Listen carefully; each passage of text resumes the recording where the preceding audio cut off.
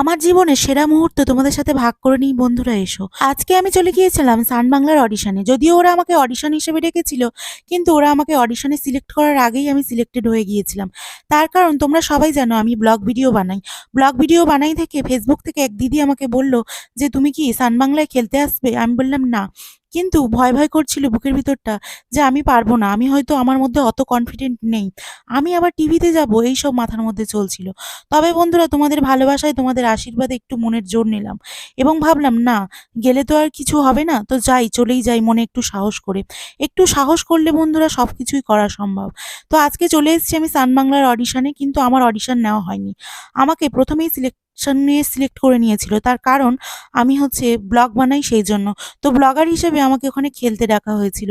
বাকিরা এসেছিল সবাই মিলে কিন্তু অডিশন দিতে। তো ওরা অডিশন দিচ্ছিল, তার সাথে সাথে আমি ওদের সাথে একটু কথা বলে নিলাম।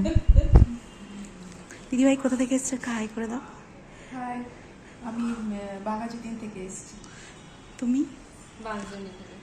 পাঁচধনী। দিদিভাই তুমি? এই মিষ্টি দিদিভাই আমার। আমি এসেছি ডানলপ থেকে। আচ্ছা, বোন ওখানে বসে আছে। হ্যালো। কোথা আমি থেকে? এসেছি নিউ টাউন থেকে। তুমি? আমি জয়নগর থেকে এসেছি। আচ্ছা।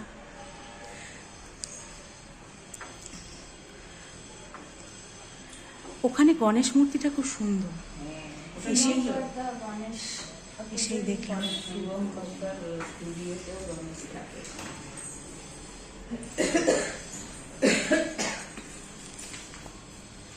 বেশ, এইগুলো স্মৃতি থাকবে। জিতি আর না জিতি, খেলি আর না খেলি, একটু ভিডিও করে যাই।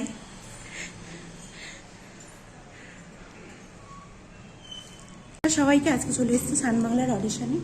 তো এখানে আসতে বেশ দেরি হয়েছে, কারণ একটা ট্রেন মিস করেছি। তারপর ভাবলাম না, সবাই ঠিক আছে।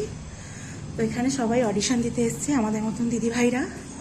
এখানে অনেক ফটো আছে, দেখো তোমরা। তো আমি তো নতুন, এই প্রথম এলাম, বেশ ভালো লাগছে।